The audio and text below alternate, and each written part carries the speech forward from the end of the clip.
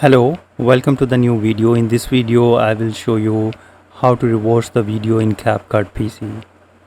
This is very pretty simple and easy. Let's get started. For example, I'm selecting this video, click the plus icon button or drag to the timeline. And if you want to reverse the video from the particular section of the video, then select the particular part of the video and cut it, and then select it, and you will see that there is a reverse option in the menu bar. Just click on that.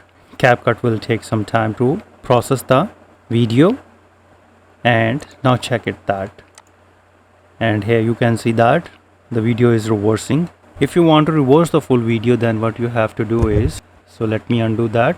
Simply select the video, entire video, and then click on reverse, and here the video has been reversed. So let's check how it works.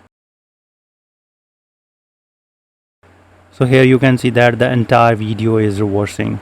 So this is very simple and easy in the desktop mode. So if you think this video is helpful, please support my channel. Thanks for watching.